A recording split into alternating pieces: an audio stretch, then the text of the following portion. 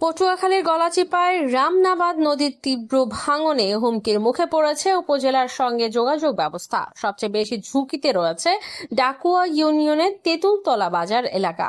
ক্ষুধার্ত নদীর গ্রাসে একে একে বিলীন হচ্ছে জনপদ। তেঁতুলতলা বাজার সংলগ্ন একমাত্র পিচ ঢালা সড়কের অর্ধেকের বেশি অংশ ইতোমধ্যে নদীগর্ভে চলে গেছে। প্রতিদিনই বাড়ছে ভাঙন, আর সেই সঙ্গে বাড়ছে স্থানীয় মানুষের উৎকণ্ঠা। স্থানীয়রা বলছেন এই সড়কই তাদের চলাচলের একমাত্র ভরসা। দ্রুত ব্যবস্থা না নিলে বাজার, ঘরবাড়ি ও গুরুত্বপূর্ণ স্থাপনাগুলোতে নদীতে বিলীন হয়ে যাবে। এদিকে স্থানীয়দের আশঙ্কা, যে কোনো সময় বাঁধ ভেঙে পুরো ইউনিয়ন প্লাবিত হতে পারে। এতে তলিয়ে যাবে পানের বরজ, কয়েক হাজার একর ফসলি জমি এবং বসতভিটা। শুধু তাই নয়, এই সড়কটি সম্পূর্ণ ভেঙে গেলে গলাচিপা সদরের সঙ্গে ডাকুয়া, চিকনিকান্দি সহ 6টি ইউনিয়নের যোগাযোগ বিচ্ছিন্ন হয়ে পড়বে। এই নদী ভাঙ্গুলি বারবার বারবার এনে মারামত করতে আসে, কিন্তু মারামতের নামে কিছু বস্তা ফালাইয়া ওই কন্ট্রাক্টর চলে যায়, কিন্তু আসলে মারামত হয় না।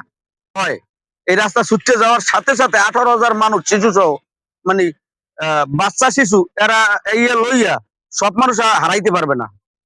এত ক্ষয়ক্ষতি হবে। মনে করেন 10,000 আছে বর, 10,000 কুড়ি আছে বর, আপনার কৃষি জমি ক্ষেত খামার টোটাল কিছু থাকবে না।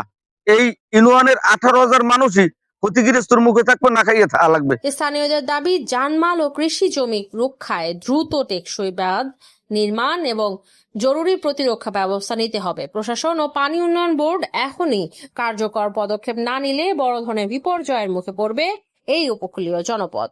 যাতায়াত করি আমাদের অনেক খুব কষ্ট হইতেছে। জায়গায় ভাঙ্গাচুর রাস্তা, নদীর পাশে এবং ঘূর্ণিঝড় হলে আমরা দিয়ে যাতায়াত করতে খুব কষ্ট হয় এবং রোডঘাট ভাঙ্গাচুরে গাড়িগুলো নিয়ে চলাচল করা যায় না।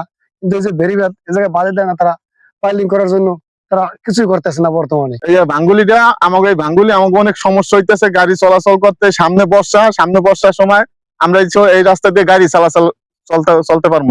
মাননীয় মন্ত্রী মহোদয়ের কাছে এতটুকু আবেদন থাকবে, তারে আমরা নিজেরাও ভোট দিচ্ছি, আমি নিজেও ভোট দিচ্ছি।